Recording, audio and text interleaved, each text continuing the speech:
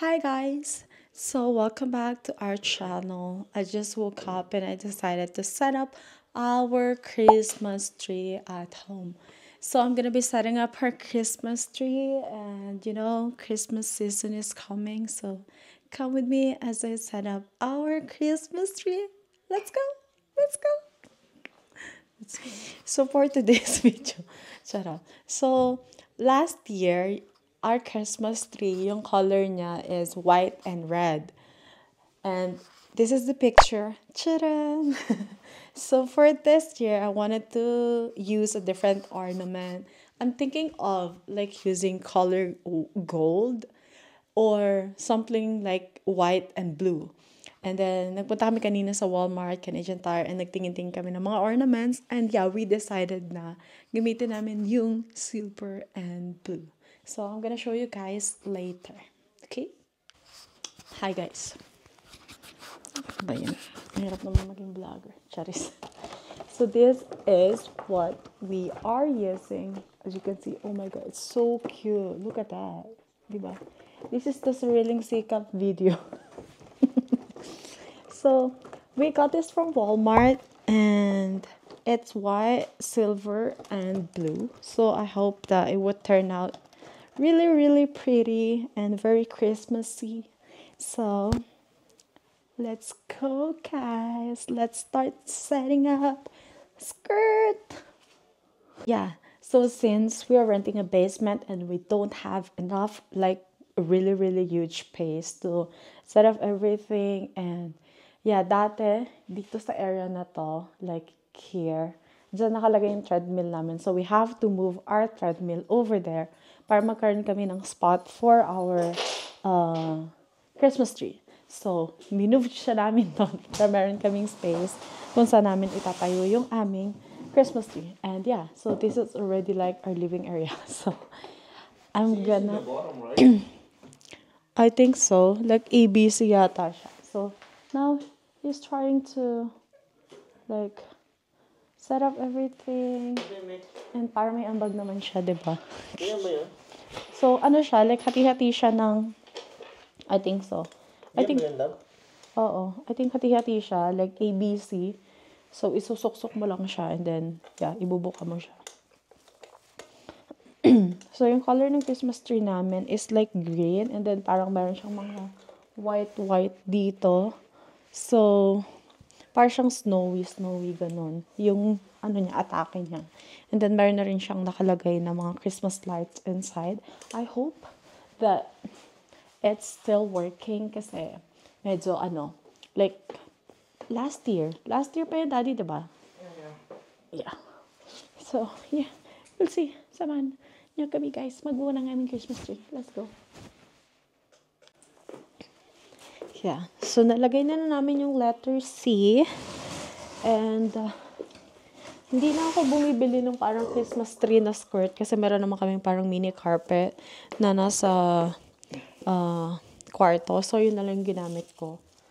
Kasi, like, once a year mo lang naman gagamitin. So, I don't think. And, normally, nilalagyan ko naman dito siya ng mga gifts. So, makakover din yung pinaka-skirt niya. Where are you putting this one before?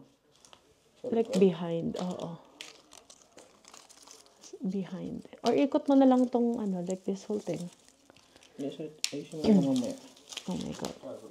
Naglalaglag siya. Dapat, daddy, hindi mo muna nilagay yung carpet. Kasi naglalaglag siya kapag ginanyan mo. O naglalaglag yung parang mga snow niya. Okay. Yeah, so I'm just trying to spread yung mga niya. Mga branches niya. Did you put it in the top? I don't know. Hindi ko alam. Yan, so ini-spread ko lang siya para mas maganda siya tingnan, of course. I don't know how tall is this Christmas tree. Gano'ng katangkad ba tong Christmas tree na to, daddy? 7 feet. So this is 7 feet. And it's like a slim type of Christmas tree. Oh my God, Christmas.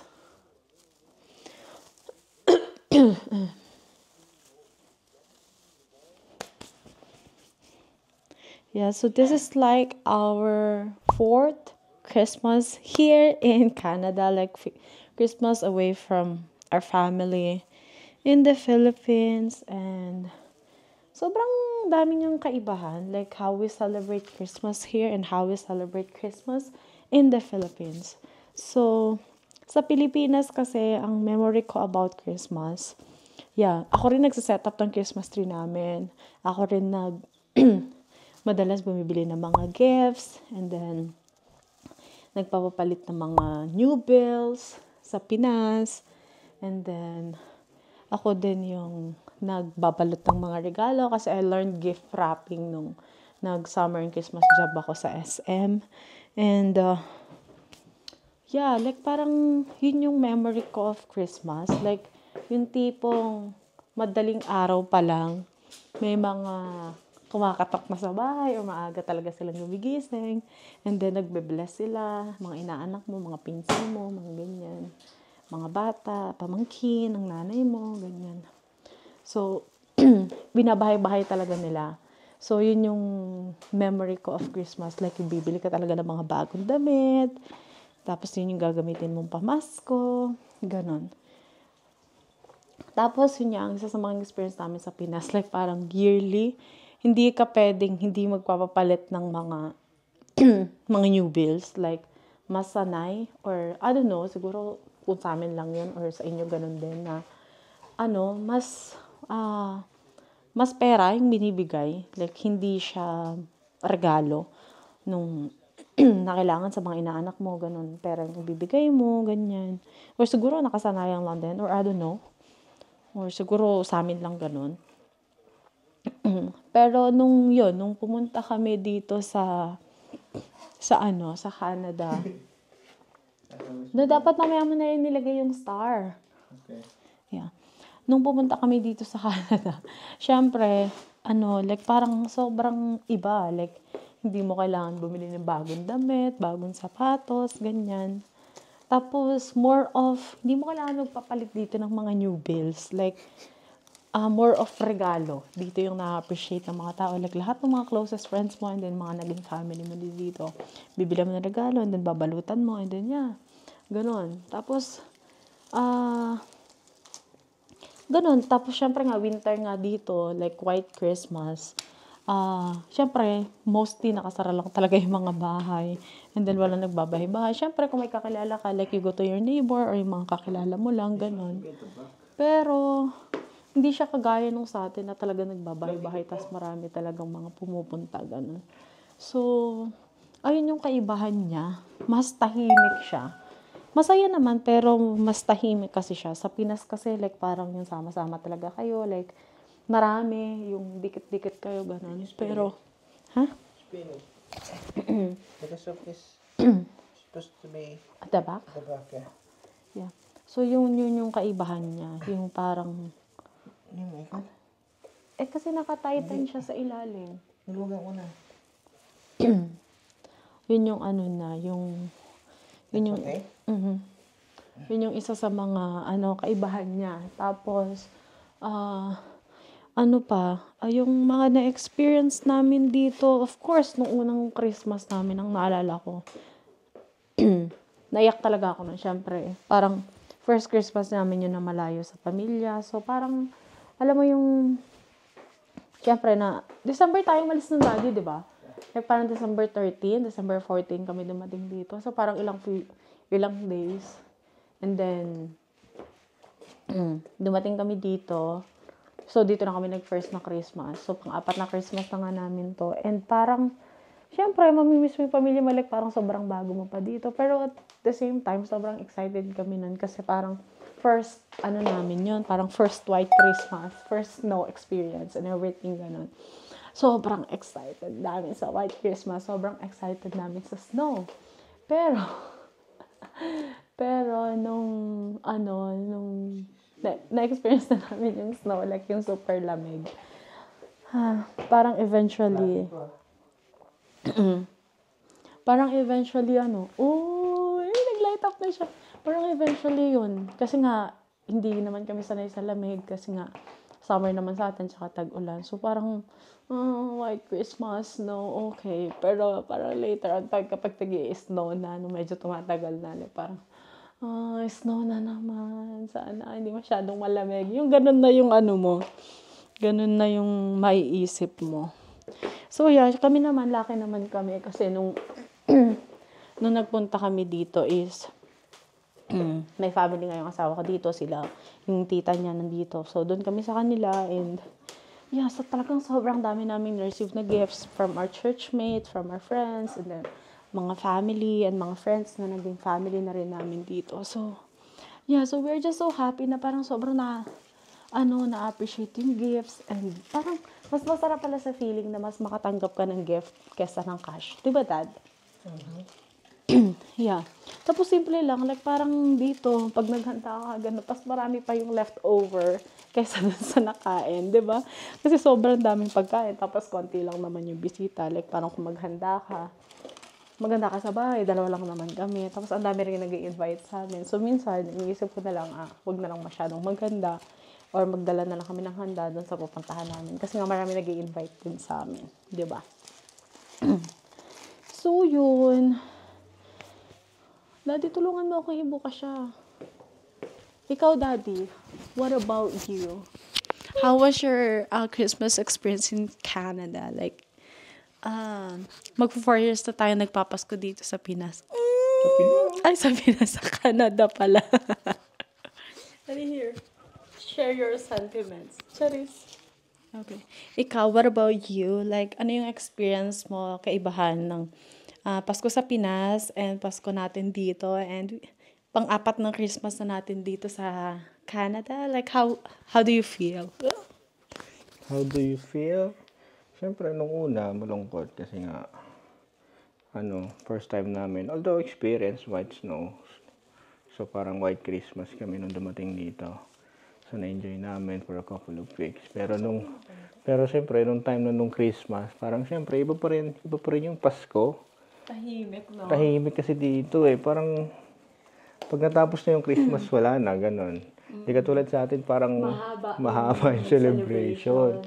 So dito, pag na-celebrate mo lang yung Noche Buena, siyempre, kayo lang yung mga pamilya, since may mga family din naman yung mga friends namin dito. So may mga celebration din sila, kanya-kanya rin sila. Depende na lang kung may pa-event sila na, dito na lang tayo mag-celebrate ng Christmas, ganyan. Which is ganun yung nangyari sa amin, na parang doon kami nag-celebrate kila tita. And one thing pa, I think, na naalala ko, kaya medyo matagal sa atin yung celebration is, kasi mahaba yung holiday. Like, dito kasi, yung Christmas Day lang talaga yung holiday. Like, yun lang talaga yung wala kang work. Depende, or minsan, kung sa work mo. Kung saan ka nag-work, baka may pasok ka pa. Like, really, work is life. Even, naalala ko nun, like, parang, Noche Buena ba tawag ng Daddy? Yung 24? Oo. Yeah, Noche Buena. Parang Noche Buena. Yung kailangan mag-work ka pa ng closing. Like, parang pa-dinner na, 7 or 8 p.m. ka na mag-out. Like, wala. Mag-work ka. Yeah, ganun. Pero yun nga, syempre, simple lang siya. Kayo lang mga family, friends. Pero, yun nga, na-experience namin na ganun. Pero dito, masaya din naman na ma-experience tahimik lang talaga siya. Hindi katulad sa atin, walwalan. And then, parang after ng Noche Buena, tara, dito, punta ka to, shot. Tapos yun, magdamaga na ganun. Dito, hindi naman kasi nga may mga bata or may mga trabaho din kinabukasan or Yung iba kasi may pasok ng Christmas So, parang, Christmas, wala, I think. Pero may mga store na open kasi. Pero sa amin, sa cases namin, hindi naman namin experience na mag-work ng Christmas. So, yun nga lang. Hindi, I think holiday. Like, close naman halos. Yeah. Normally, offices, malls. I think, pag 25 ata, I think close talaga sila. And then 26, doon lang sila ulit lalabas kasi nga parang Boxing Day ang tawag nila dito, which is parang holiday sa kanila na Maraming mga sale, yung mga pinamaskuhan nila, bibili sila, ganyan. Pero mostly gifts sila. So kahit saan kayo pumunta or yung mga friends namin, normally bibigay nila is mga regalo. So ganun, simple lang. Yun lang yung nakakamiss kasi nga may simbang gabi rin. Pero kakaiba. Iba siya. Iba yung setup ng Christmas ng simbang gabi dito kasi selected lang yung Hindi, I think sa lang yun. Yun sa couples. Pero kung dun sa mismong parish, I think tuloy-tuloy naman. Pero iba yung date nila. I mean, Iba. hindi Maaga pa kagaya lang. sa Sa atin, atin. December na dire-diretso. Dito, November. I think, November ng...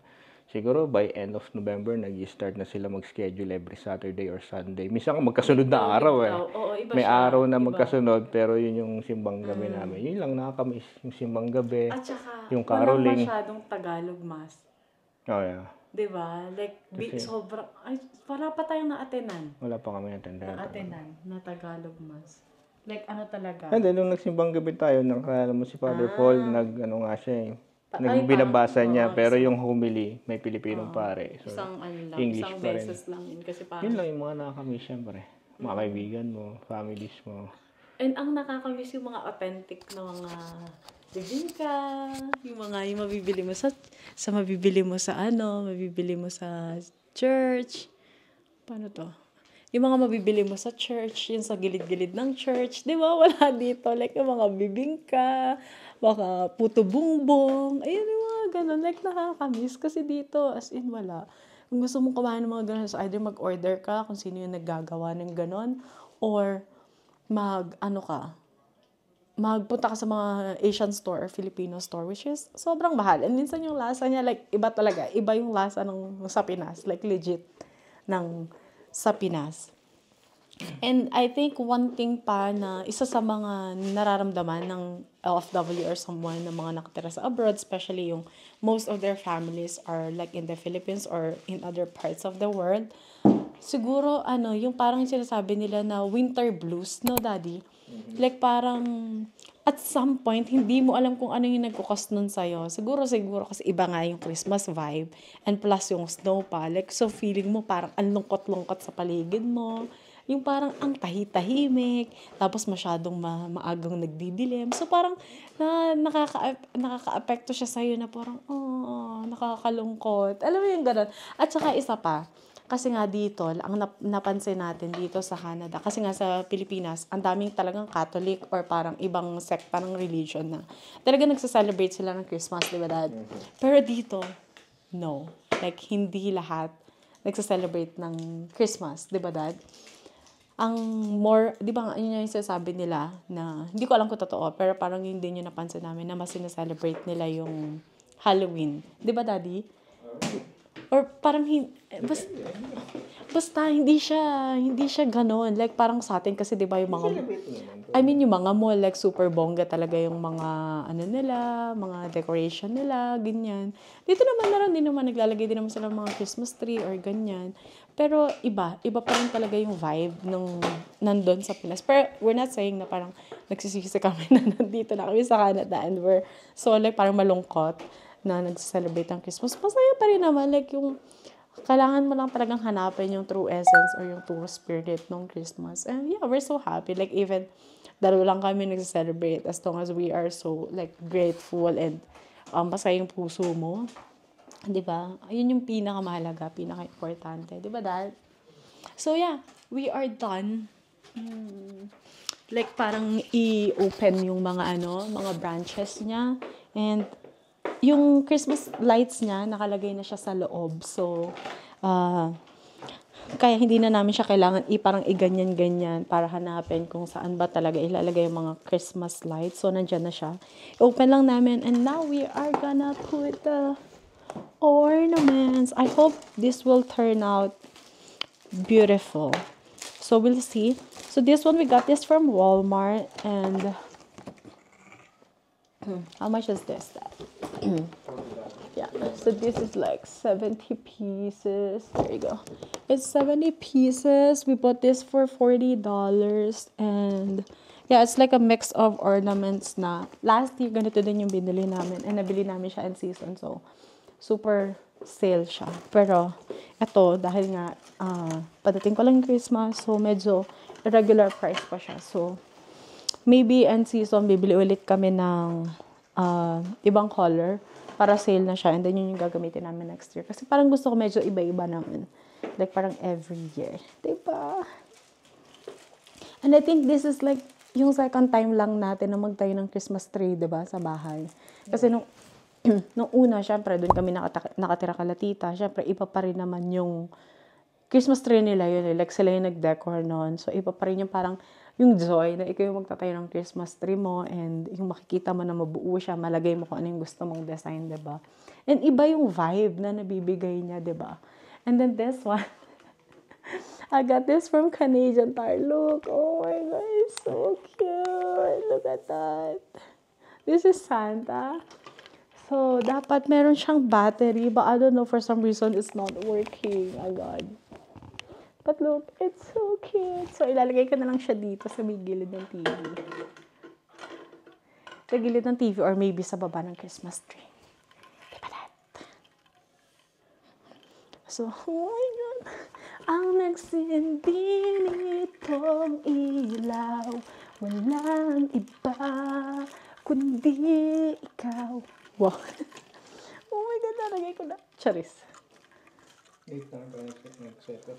Yeah, medyo late na kasi anong araw na ngayon, November, ano na. Ayun, Kasi sobrang, natagalan kami maghanap ng ornaments kasi nga dito, halos pinapatapos muna nila yung unang season. Like, ngayon mag-Halloween, di ba? Laki, ano siya, rotate mo, ilagay mo sa ilalim yung magiging ano.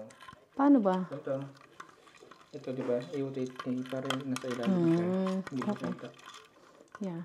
So, pinapatapos muna yung Halloween. So, ngayon, wala tuloy kaming mabili pa na ornaments kasi nga halos pang Halloween pa yung mga display nila. So, nakailang balik kami ng Canadian Tire, Walmart, Winners, Superstore, kung saan-saan. Wala talaga kaming mahanap na ornament. So, yeah, we have to wait. And yeah, luckily kanina, nakahanap kami. And then, yeah, biglaan lang na parang, sige na nga, i-set up na nga natin yung Christmas tree. Oh my God, so nice. Maganda rin sana yung color, daddy, no? Yung color gold. Siguro next year. But I don't know kung ano yung color of the year for next year. Siguro pwede nating, ganito siya, oh. Hindi ko alam kung, pwede nating gamitin pa yung nandun sa, yung from last year, yung mga white. Siguro idagdag natin dito. Yeah. So, yeah, we're just gonna set this up and, yeah. So, to all our family and friends, sa mga inaanak, charis. Pasensya muna, charis. Nadi. Sa aming mga inaanak, mahal namin kayo. Ganun na lang muna message. Ganun na lang muna. Yun ang aming, mahal kayo ni Ninang, mahal kayo ni Ninong. Charot. Nagpapadala naman kami ng mga pambigay sa mga inaanak. Pero baka this year, ay lumigtaw muna kami. Kasi masyado na kayong nasasanay. Charot. Hindi naman. Diba? Siyempre, pag may blessing ka, i-share mo. Diba? So, yeah. Kayo guys, anong handa nyo sa Pasko? Paki-share. And then, bigyan nyo rin na rin kami. Charot. So, tayo baka mag-dessert na lang, no? Kasi nga, wala naman tayo masyadong bisita. At saka, pupunta tayo sa iba. So, oh my God, so ganda.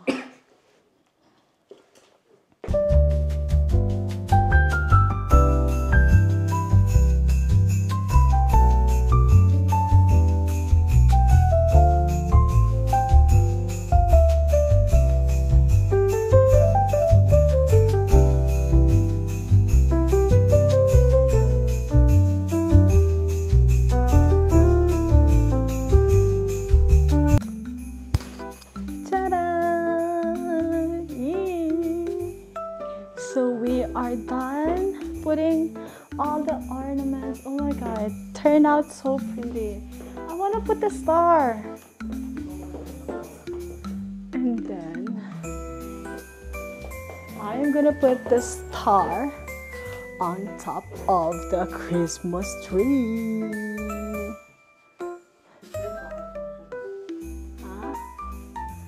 I think dito, meron ako nakita dito. Sa gitna natin sa lalagay. Alin? Oh, so we are putting the star. Of course, si Papa Jesus, ang star ng ating Pasko. Right, Dad? Sabi ko ako maglagay eh. Oh, look at that. He's now putting the star. Sana tumayo siya. Oh. Yeah, I think it's right. Yay! Merry Christmas, Dad! Christmas. Oh my god. So I'm gonna show you guys. So this is our Christmas tree. There you go. And this is the ornaments. So our theme is like white and silver. Yeah, so we're just gonna clean up. And then look at that. It's so cute. Like, look at the ornaments. It's so cute. Ooh. And then meron pa siyang little car. Look at that. And then we're gonna put Santa like maybe down here, but it's too small. So we'll see. But this is our Christmas tree. I'm gonna give you guys a full look of our Christmas tree. Yay!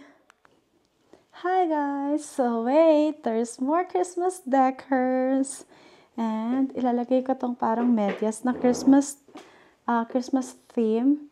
And then ito, yung mga big socks na to, this is from last year.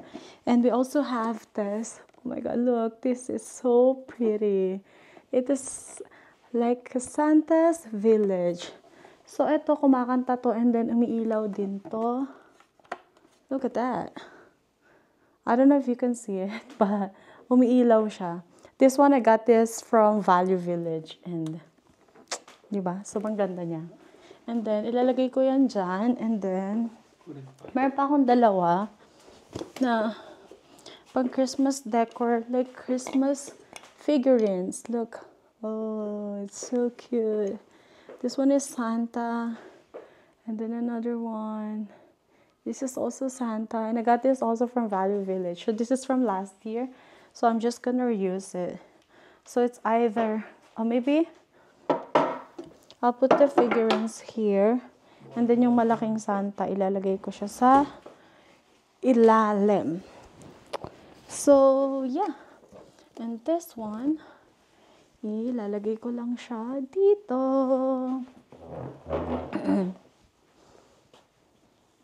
Oh, look at that.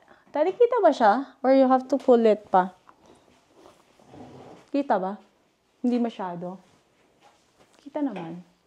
Kita naman siya. Pero hindi lang siya gaano. Ayan.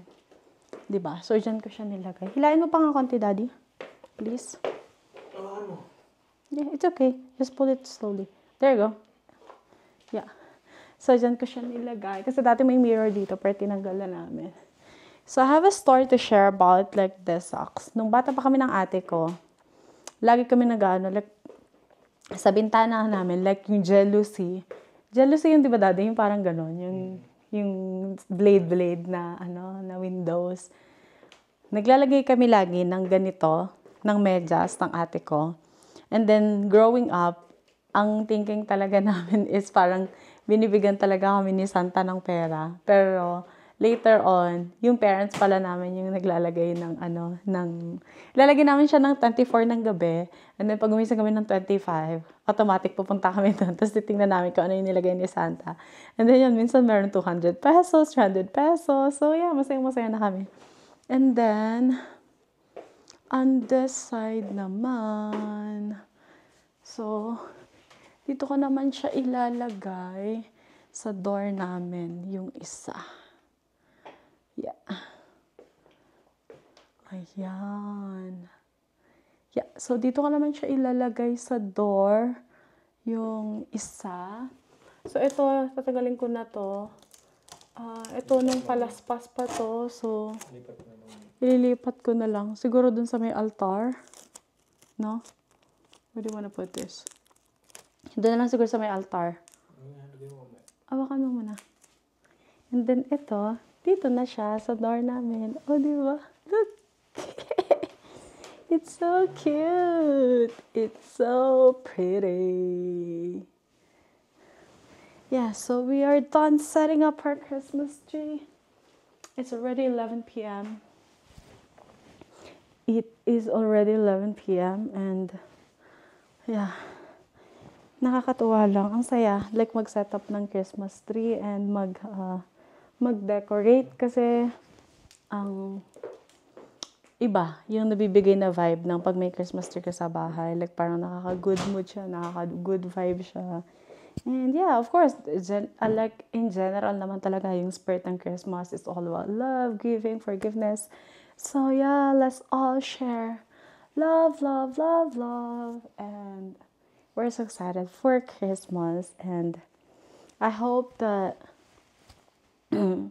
lahat tayo makakapag-celebrate ng masaya and prosperous and maligayang Pasko na dadating. Di ba, Dad? Are you happy?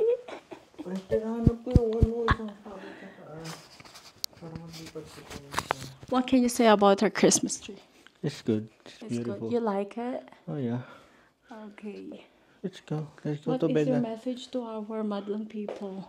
Merry Christmas and a Happy New Year from Gonzalez family. Okay, so dito na namin tatapos ang vlog na to and see you guys again. Oh my God. See you guys again on our next vlog. Bye-bye. Daddy, say bye-bye. Bye. Bye.